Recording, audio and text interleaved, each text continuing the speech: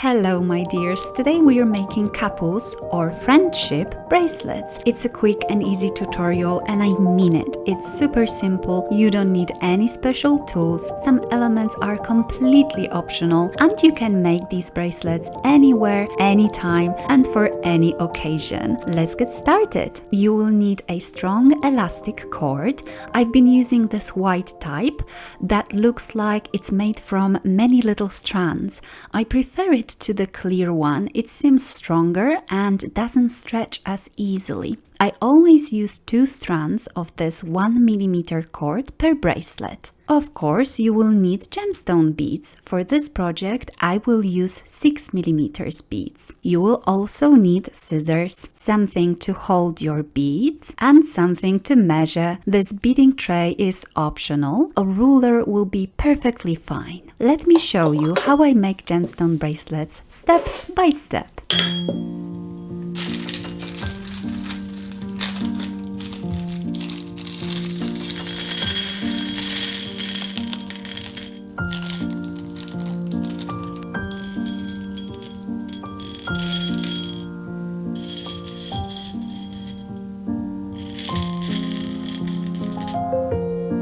I'm cutting the cord for the bracelet.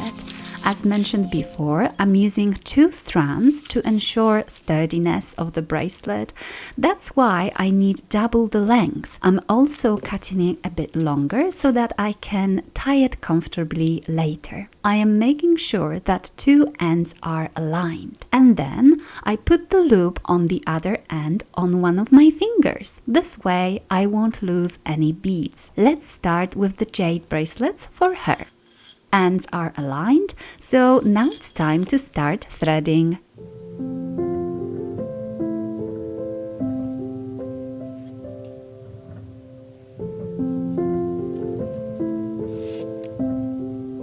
See, with this little trick, the beads won't slip off.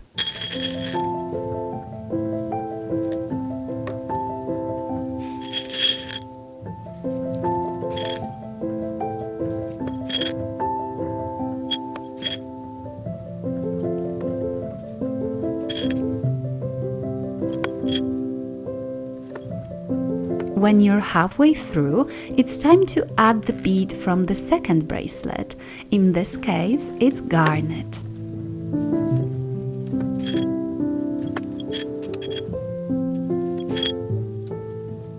Now I'm going to check the size. You can Google the standard bracelet sizes and make a little note for reference.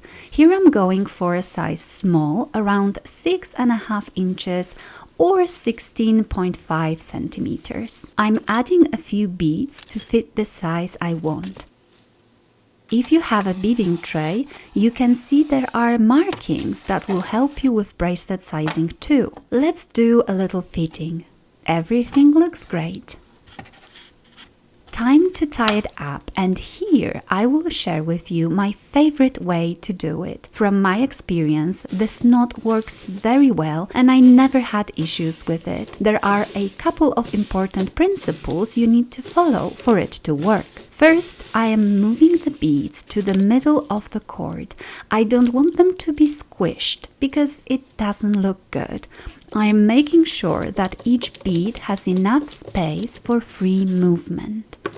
Then I take 2 ends and make the first loop. This will be your easiest, most typical and standard knot. But let me explain why it works. Make the first part of the knot very lightly, just to make sure all beads are in place and there is no visible thread. Then make the second loop, but here you need to now pay attention to not make it too tight. Let me show you. Here we go.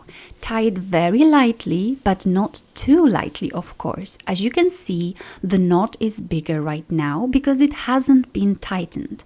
So I'm pulling at the threads a little to make the knot a bit smaller, but without squeezing it too much. If you pull too strongly, you will squish the beads as the cord will slide through the knot and you will weaken your knot this way too. And now a very important part. part. Hold the knot tightly between your fingers, and I mean it, very tightly. Then pull on the threads. Now you can actually pull harder as your fingers are protecting the knot, and this way you'll tighten it without the threads sliding through and squishing the beads. I hope it makes sense. I am adding a third loop now. When pulling the threads now, make sure you're not going overboard to not weaken or snap the threads. If the elastic cord is too tight, the bracelet may snap. I am adding a fourth loop to be sure. This worked for me very well in the past when I was selling lots of bracelets on Etsy. As you can see, the knot is still quite small. When cutting the threads, make sure to leave around 2 millimeters. Just don't cut too closely to the knot. And then last thing is to hide the knot inside of the bead. This knot size fits in most beads from my experience, and garnet tends to be a bit smaller. That's why I'm using 3 loops instead of 4 on garnet bracelets. As you can see, the bracelet isn't too tight. It looks soft, there's movement, and the beads aren't squeezed together. It's flowy and it looks more elegant in my opinion. Okay, now let's make the garnet bracelet very quickly.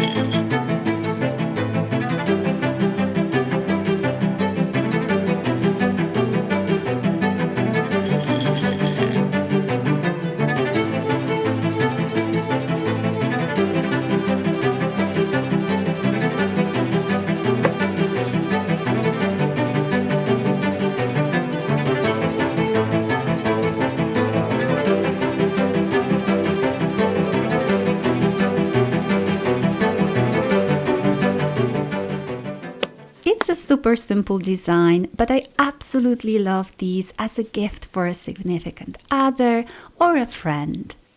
I have a few more tips for you. You can add silver or gold spacers or beads to make the bracelets more elegant and interesting.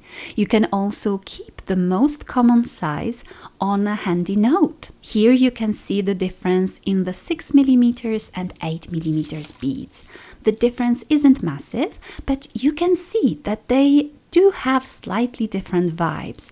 Smaller beads are a bit more subtle. You can use beading needles if you'd like.